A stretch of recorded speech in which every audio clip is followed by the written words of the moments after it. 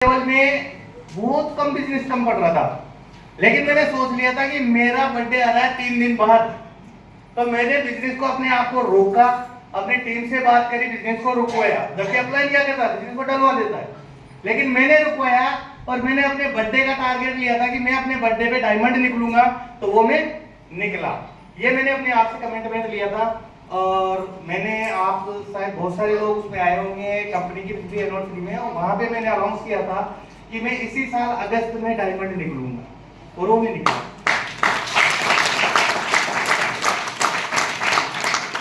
इस इंडस्ट्री से पहले मैं ऑटोमोबाइल में था, वहां पे अच्छा पैकेज था, करीबन 15 लाख पर ईयर का मेरा पैकेज था। 50% पेमेंट मेरे को रीजनल ऑफिस से मिलता था, 50% मेरा जो पे आउट हुआ करता था वो डीलरशिप की तरफ से मिला करता था, और मैं 3 डिस्ट्रिक्ट देख रहा था। पहले टाटा में खूब काम किया, कोई कारण से टाटा को छोड़ दिया, फिर हुंडई में आया, हुंडई में भी खूब काम किया। लास्ट पे एक ऐसी घटना हुई मेरे साथ में जो मेरे को इस इंडस्ट्री को छोड़ने पे मजबूर कर दिया और डेजोई की तरह मेरे को मुंह करवा दिया। रीजन ये रहा, एक गाड़ी की डील हुई क्रेटा की, क्रेटा देनी थी, लेकिन वो दिलवाने वाला बीच में एक व्यक्ति आया, वो डेजोई से प्लग इन था। उसने आकर के सीधा मेरे से एक ही बात बोली, उस टाइम पे 4000 का पैकेज हुआ करता था सर, 4000 में 5000 एफपीवी मिलते थे, 5 प्रोडक्ट हमको मिलते थे। उसने सीधा एक डील बोला कि जो भी आपका डिस्काउंट है जो अभी चल रहा है, उसके अलावा मेरे को आपसे 3 आईडी और देनी पड़ेगी, यानी कि 12000 तक मेरे को एक्स्ट्रा डिस्काउंट चाहिए। उसने सीधा कमिटमेंट किया मेरे से। मैंने कहा मैं बात करता हूँ आगे, बात की मैंने आगे, मैंने कंपनी में बात की, मैंने कहा ये टॉप मॉडल जाने वाला है, आज इसकी बुकिंग हो जाएगी, यदि हम 20,000 रुपए का डिस्काउंट इस बंदे को दे दें तो 20,000 में जाकर के बात अटक चुकी है, क्योंकि हम सेल के आदमी थे, पॉकेट में तो किसी को कोई दे नहीं सकते। उसने 12,000 मांगे, हमने कंपनी से 20,000 लिए और 8,000 हमारी पॉकेट में रख लिए। गाड़ी दे दी, गाड़ी देने के बाद में क्या हुआ, हमको 3 किट मिल गए 12,000 के। अब हमको तो डायरेक्ट सेलिंग से मतलब ही नहीं था, जैसे कि सर ने मेरे पहले ही बता दिया था कि डायरेक्ट सेलिंग का मैं डी भी नहीं जानता था। हकीकत बात है, मैं कुछ भी डायरेक्ट सेलिंग के बारे में नहीं जानता था, डील कैसे बनती है, क्या होता है क्या नहीं होता, मेरे को इस बिजनेस का मतलब ही नहीं था, क्योंकि मैं अपनी लाइफ में संतुष्ट था। ड्रेस कंपनी से मिलती थी, गाड़ी का फ्यूल कंपनी से मिलता था, यहाँ तक कि पेन और नोट पैड जिसमें हम हिसाब लिखते थे वो भी कंपनी का ही होता था। हम 10 बजे ऑफिस पहुंचते थे, 5 बजे घड़ी देख लेते थे, स्टार्ट करके घर आ जाते थे, पेट्रोल डीजल कुछ नहीं। तो हम ऐसी लाइफ को छोड़ करके क्यों इधर उधर जाए।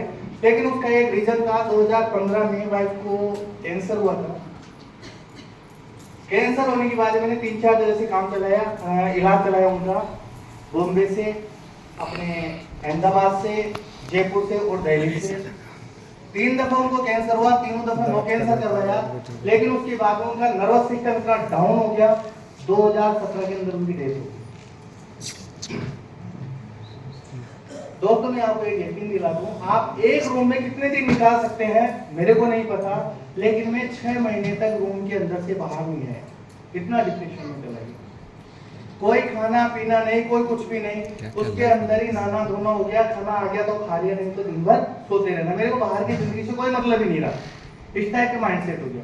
लेकिन फिर जो मेरे साथी थे पुराने, वो मेरे साथ में आए, उन्होंने धीरे धीरे घर पे छोटे छोटे प्रोग्राम करना चालू किया, मेरे को थोड़ी दूर लेके जाने लगे, बोले चल उससे पैसे लेके आने, उससे बुकिंग लेके आनी है, तेरे इलाके का इस टाइप से बातें होने लगी। उन्होंने मेरे को मार्केट में दोबारा से लेके आए और मैंने काम स्टार्ट कर दिया। इस तरीके से मेरी हालत हुई थी। मैं वापस टॉपिक पे आना चाहूंगा कि जो मैंने किट ले लिया था वो मेरी आलमारी के अंदर एजेटिज पड़े रहते थे। हमको ये भी डर लगता था कोई आकर के देखेगा, क्योंकि हमको आयुर्वेदा की भी नॉलेज नहीं कि कैसे इनको लेना होता है, कैसे इनको देना होता है, ये भी डर था कि किसी को दे दिया, किसी को कुछ हो गया तो हम उनकी क्या जगह तीनों किटों की अलग अलग आलमारियों में डालते रहते थे हमारे ऑफिस में। कभी किसी रोज मेरी अलमारी में, किसी रोज साथी की अलमारी में। इस टाइम से मेरी टीम में करीबन 14 से 15 लीडर काम कर रहे हैं, वो रूलर से एग्जीक्यूटिव काम किया करते थे। हम अपनी अपनी अलमारी में वो थोड़े चेंज करते रहते। एक रोज हम ऐसे ही हम डेमो करने गए थे गाड़ियों का, जैसे हमारे यहाँ भी होता है सेम काम, वही होता है कि वो समझने का डिफरेंस था। उस टाइम में मेरे को वो चीज समझ में नहीं आई। हम गए तो मेरा एक साथी काम करता था मेरे सवाई माधोपुर, जहाँ पे मैं इस नौकरी को किया करता था ग्रुप को। वहाँ से करीबन 35 किलोमीटर साइड में उसका गाँव था। वहाँ पे हमने डेमो किया। डेमो करने के बाद में उसका घर करीबन 5-7 किलोमीटर दूर था, तो वो मेरे को उसके घर पे लेके गया। बोले सर चाय पानी पी करके चलेंगे। हर आदमी कहता है ये सब। चाय पानी पीने गए तो बहुत टाइम पहले एक बीमारी आई थी चिकनगुनिया, हमने सुनी है? उसके अंदर बहुत सारे पेशेंट तो जा चुके थे, बहुत सारे पेशेंट ऐसे थे वहां के उस बीमारी से जूझने वाले जिनकी हड्डियां बढ़ चुकी थी, बैंड आ चुका था, मतलब वो बेड रेस्ट पे पड़े हुए थे। उसकी माँ की भी यही हालत थी। पहली बार मैं उसके घर पे गया था, जब हमने ये चीज देखी तो दिमाग खराब हो गया। मतलब उनका सारा काम तो उसके करते थे। हमने सोचा, मेरा उस जो भैया मेरे साथ में काम करता था उसका नाम मुकेश था, मैंने पूछा उससे, मैंने मुकेश इनका इलाज, बोले सर खूब जगह करवा लिया, फ्री हो गए, डॉक्टरों ने भी जवाब दे दिया है। हो सकता है उनकी फाइनेंशियल स्थिति क्या थी क्या नहीं थी, उन्होंने कितना करवाया कितना नहीं करवाया ये मेरे को पता नहीं है। मैंने एक चीज कही कि अपने पास में 3 किट रखे हुए हैं। वो जो बंदा था जो हमको दे करके गया है, वो इतना कॉन्फिडेंस से बोल करके गया है भी ये बहुत जबरदस्त दवाई है, कोई भी ले सकता है, इसको नुकसान किसी को नहीं करेगी। मैंने कहा चलो कोई बात नहीं है, नुकसान भी नहीं करेगी फायदा भी नहीं करेगी, तो कम से कम जो अपने पास में रखा हुआ है उसको दे तो दे माता जी को, फायदा कर दिया तो अच्छी बात है, नुकसान करेगी नहीं ये तो अपन को बता ही दिया। और इससे ज्यादा क्या नुकसान हो जाएगा जो ये बेड रेस्ट पे काट रही है। भाई यदि कुछ गलत भी होता है, यदि वो चले भी जाते हैं तो कम से कम उनकी लाइफ तो ठीक होगी, ये समझ करके हमने 3 किट उनको दे दिए। अब समस्या ये आ गई कि उसको यूज कैसे करवाएंगे उनको, तो वो भी नॉलेज नहीं। हमने उसके नंबर ढूंढे तो वो भी बंदा गए, उसको तो केवल किट भेजने से मतलब था, वो हमारे कॉन्टेक्ट में ही नहीं रहा। समस्या आ गई, तो हमने एक तरकीब लगाई कि हर प्रोडक्ट को देने के बीच में आधा 1 घंटे का गैप रख दो। माता जी ये सोती रहती है, लेती रहेगी देते रहेंगे कोई भी घर पे। तो हमने ये फार्मूला निकाल लिया। फार्मूला निकाला 3 किट से, उन्होंने करीबन 4 से 5 महीने में उन 3 किटों को खत्म किया। क्योंकि थोड़ा थोड़ा बताया ना हमने, 200 ml की लिविज गैसोफ्री एचबी आते थे, तो उनको 3-4 महीने में उन्होंने खत्म किया। लेकिन फिर भी किस तरीके से चमत्कार हुआ जिसने मेरे माइंड को यू टर्न किया। हम करीबन 6 महीने बाद में वहां पे गए तो हमने क्या देखा कि वो माता जी खेत की तरफ से चल करके आ रही है पैदल। वाह, एक बार जोरा ताली। क्या बात है। मैंने पूछा कि ये कैसे हुआ, कि सर वो जो अपन ने प्रोडक्ट दिया था उसकी वजह से पूरी तरीके से खड़े तो नहीं हो सकते, लेकिन इनको यदि हाथ पकड़ करके खड़ा कर दो तो ये अपने आप चल जाते हैं। आधा 1 घंटा एक जगह बैठ गए तो फिर ये खड़े नहीं हो पाते। लेकिन अब इतना है कि जैसे हमने खड़ा कर दिया तो ये चल भी लेंगे, घूम भी लेंगे, कुछ अपना छोटा मोटा काम भी कर लेंगे। वहां से मेरे माइंड में यू टर्न लिया कि काश उस टाइम पे ये प्रोडक्ट हमारे पास में होते, तो जो मैंने मेरी वाइफ के इलाज में 52 लाख रुपए के मेरे पास में डॉक्टर के वो है जांचों के बिल और मेडिसिन की बिल पड़े हुए हैं मेरे पास। 1.5 लाख किलोमीटर मैंने मेरी कार को चलाई थी उसके इलाज, जिसके अंदर डॉक्टर की फीस नहीं है और गाड़ी का फ्यूल नहीं है और होटल एक्सपेंस नहीं है।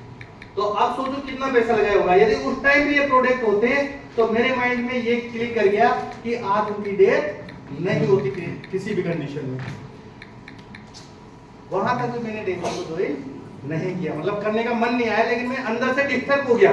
ये बार बार मेरे दिमाग में ये थॉट्स आते रहे कि काश उस टाइम पे होता। फिर ऐसा हुआ कोई भी बात होती तो मैं उस माता जी का जिक्र करता। बहुत सारे लोगों की डिमांड आने लगी, क्योंकि फील्ड के तो थे ही, डिमांड आने लगी।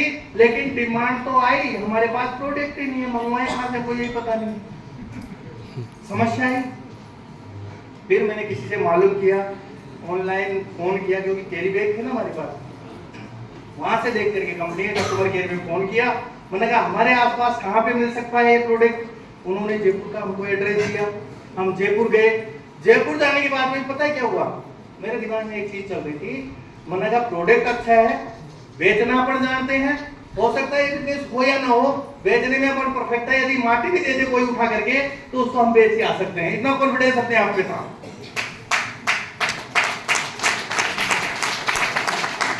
मैं वहां उस शख्स के पास गया और जा करके मैंने बेच करके सबसे पहला क्वेश्चन मैंने ये किया, पूछा उनसे। मैंने कहा सर यहाँ की सेल कितनी है? बोले सेल से करूँ क्या काम? मैंने कहा सर मैं इसकी एजेंसी लेना चाहता हूँ। श्रीमान जी इतना भड़के मेरे ऊपर, इतनी सुनाई उन्होंने बिना कोई क्वेश्चन आंसर करे। उन्होंने ये भी नहीं पूछा मेरे से कि ये पूछ क्यों रहे हो, करना क्या चाह रहे हो, एजेंसी लेकर के क्या करोगे, ये भी नहीं पूछा। मेरे को इतनी सुनाई, वैसा इतना डिस्टर्ब हुआ मैं। ईमानदारी की बात है, मैं वहीं से जयपुर से अपनी कार को स्टार्ट करी, मैं सीधा कोटा पहुंचा। कोई कंपनी के बारे में नहीं जानता, कोई कुछ भी नहीं जानता। एड्रेस लिया और सीधा कोटा गए। हम 2 बंदे थे और वहां पे जाकर के बात करी। सबसे पहले मेरी जो मुलाकात हुई वो शंभू सर से हुई थी और इकराम खान जी के साथ में हुई थी। मेरे को कोई भी पता नहीं था ये किस तरीके से काम होता है, क्या नहीं होता है। मैंने जाते ही इकराम खान जी से डायरेक्ट बोला, सर मेरे को आपके प्रोडक्टों की एजेंसी लेनी है, क्या सिस्टम है ये बताओ। इकराम जी ने बोला 3 मॉड्यूल है। उस टाइम पे छोटी एजेंसी का हुआ करता था शायद 2.5 लाख रुपए, जो हम 100 भी लेते हैं अभी 50,000 की, उसका 2.5 लाख था। उसके बाद में जो सुपर स्टॉक हुआ करता था वो 10 लाख का था। और एक और मॉडल बताया था जो बोले राजस्थान में नहीं मिलेगा। मैंने दिमाग लगाया, मैंने कहा जब उतरना ही है तो अच्छे से उतर जाए, क्यों छोटे छोटे ट्राई करना है। मैंने कहा सुपर स्टॉक देने के बाद में जो कोई भी शॉपी वाला है वो वहीं से बिल कराएगा। बोले वहीं से बिल कराएगा। मेरे तो चिढ़ आ रही थी कि ये आदमी ने मेरे को जलील किया है, इस आदमी को से तो मेरे को ही मार देना है। मेरे पास में चेक पड़ा हुआ था गाड़ी में। मैंने शंभू सर के हाथ में चेक पकड़ाया। मैंने कहा सर ये मेरा चेक लीजिए 10 लाख का और मेरे को शॉपी पैनल कर दीजिए और मेरे को चलानी है। लेकर गए, ऑर्डर बनाया, ऑर्डर का भी पता नहीं, रेट लिस्ट पकड़ा दी उन्होंने। अब ऑर्डर कैसे लगाए जब जिस आदमी को ये पता ही नहीं है एबीसीडी का, वो कैसे ऑर्डर लगा सकता आप बताइए। हमने जो भी सामने जो फट फट के जो लाइनें आई ना उस प्राइस लिस्ट में, किसी के 5 पीस, किसी के 2 पीस, किसी के 10 पीस, किसी के 20 पीस, इस तरीके से करके हमने डीपी जोड़ते गए। जब तक 10 लाख नहीं होता है तब तक लिखते जाना। हमने ये फार्मूला लिया। फाइनली प्रोजेक्ट हमारा जो लिस्ट तैयार हुई 10,15,000 की हुई। 10,15,000 का चेक दिया, सरकोट में आ गया घर। मैंने कहा सर इसको 2 दिन मत लगाना आप, मैं फोन करूंगा तब आप इसको बैंक में लगाना, क्योंकि मेरे पास बैंक में भी नहीं था। अर्निंग कर रहे थे, पैसा कमा रहे थे, लेकिन बैंक में कोई सेविंग हमारे पास में होती नहीं थी, क्योंकि पैसा आता हुआ दिखता है, जाता हुआ कभी भी दिखता ही नहीं है। क्योंकि वहां पे जॉब में तो खर्चे नहीं थे, लेकिन परिवार के खर्चे इतने हो जाते थे, घूमने के खर्चे इतने हो जाते थे कि हमारे पास में कोई सेविंग नहीं बच रही थी। और मैंने जैसे कि आपको बताया कि कुछ ही टाइम पहले वाइफ का इस तरीके से बीमारी से वो हुआ था, तो हमारे पास में 0 बैलेंस चले गए थे, माइनस में चले गए। मैंने गांव जाकर के अरेंजमेंट किया, पेमेंट अकाउंट में डाला, अकाउंट में डाल करके हमने एजेंसी ले ली। 23 जनवरी 2020 को मेरी एजेंसी हुई। 25 को हमारे पास में माल पहुंचा। जिस रोज माल पहुंचा था विक्रांत सर आपको पता है 25 को ही जयपुर के अंदर बड़ा प्रोग्राम था जिसके अंदर बहुत सारे लीडर आए थे। उसी टाइम पे अनमोल सर ने, माल खुला भी नहीं था, उन्होंने रिबन काट करके आए। और मेरे को खुशी तब हुई 4 दिन बाद में उस व्यक्ति ने जिसने मेरे को मतलब जलील किया था एक तरीके से, उसी बिल्डिंग के अंदर मैंने अपना स्टॉक पॉइंट बनाया। और उस बिल्डिंग में स्टॉक पॉइंट बनाने के बाद में उसको बोलना पड़ा मेरे को ऑर्डर दे दो सर। जिस आदमी ने मेरे को दलील किया था वो आदमी मेरे से आकर बोलता है सर मेरा ऑर्डर अप्रूव कर दीजिए और मेरे को माल निकाल दीजिए। मैंने सोच लिया सर अपनी मेहनत पूरी वसूल हो गई, हमने अपने काम कर दिखाया। उसके बाद में फिर करते रहे। जैसे ही वो एक कहावत आती मारवाड़ी में, सर मुड़ाया और ओले गिर गए। 23 जनवरी को एजेंसी हुई थी, फरवरी काम किया हमने। मार्च के अंदर क्या हुआ था 2020 में आपको पता है, लॉकडाउन लगा संपूर्ण 22 मार्च के अंदर लॉकडाउन हुआ। लॉकडाउन होने के बाद में इतना डिस्टर्ब हो गया, मेरे को खुद लगने लगा कि मैंने गलत डिसीजन लिया है। ऊपर से घर वालों का इतना प्रेशर आ गया कि मैंने जिस कंपनी में काम किया उसके अंदर कभी भी मेरा टारगेट ब्रेक नहीं हुआ था। कोई भी शख्स यदि होता ऑटोमोबाइल में तो बिना बताए काम छोड़ करके घर पे आ जाता था। मैं बाकायदा रिजाइन दे करके आया था। और जैसे अपने डायरेक्ट सेलिंग में होता है ना, कोई अच्छा लीडर काम छोड़ देता है कंपनी में तो उसके पीछे 10 कंपनी वाले दौड़ते हैं, इसी तरीके से मेरे पीछे भी लाइन लगी। रिनाल्ट वाले आ रहे थे, राजस्थान की सेल देख लो, हुंडई वाले आ रहे थे, हुंडई को तो मैंने रिजाइन किया ही था, टोयोटा वाले आ रहे थे, वापस से टाटा का फोन आ रहा था। कोटा के अंदर मैं बता दूं, चंबल टाटा है अपने जो राजस्थान को 80% कवर करते हैं, उनका भी फोन आ रहा था। लेकिन मैंने एक ही फोकस बना लिया था कि मेरे को यहाँ से काम करना है, यहाँ से पैसा भी आएगा, लोगों की हेल्प भी होगी और उनकी हेल्थ भी ठीक होगी। ये चीज मैंने जान लिया।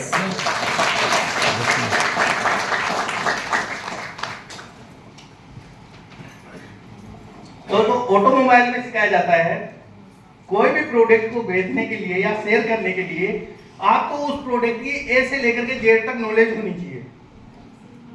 आप कोई सा भी प्रोडक्ट प्रमोट करने जा रहे हो, उसका एक भी माइनस और प्लस पॉइंट आपसे छूटना नहीं चाहिए। आप उसकी पूरी स्टडी कर लीजिए, आप किसी भी दिग्गज के सामने जाकर के बैठ जाइए, आपको वो हरा नहीं सकता। आपके पास उससे ज्यादा एक्स्ट्रा नॉलेज होनी चाहिए। ये चीज हमने सीख ली, नॉलेज लेते रहे, बैठते रहे, और एक टाइम ऐसा आया कि हमने टीम तो स्टार्ट नहीं करी, लेकिन सुपर स्टॉक सप्लाई में इंडिया के अंदर सबसे बड़ी सेल हमने क्रिएट करी, और हमारी हाईएस्ट सेल गई 90 लाख रुपए एक महीने से। इतनी सेल जाने के बाद में बहुत अच्छा चल रहा था, हमको टीम पे फोकस करने की जरूरत ही नहीं थी।